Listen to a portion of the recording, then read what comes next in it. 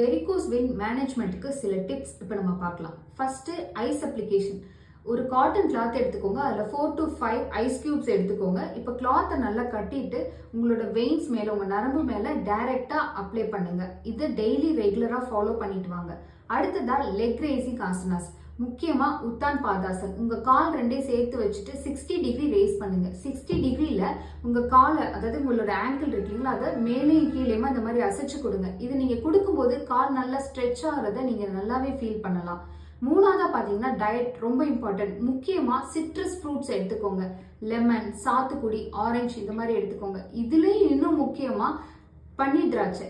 இதுல அந்த விதையோட நீங்க கடிச்சு மென்னு திங்கும் போதுதான் உங்களோட ரத்த ஓட்டத்தை சீரா வச்சுக்கிறது மட்டும் இல்லாம ரத்தத்தை சுத்திகரிப்பு பண்ணவும் இது ரொம்ப யூஸ்ஃபுல்லா இருக்கும்.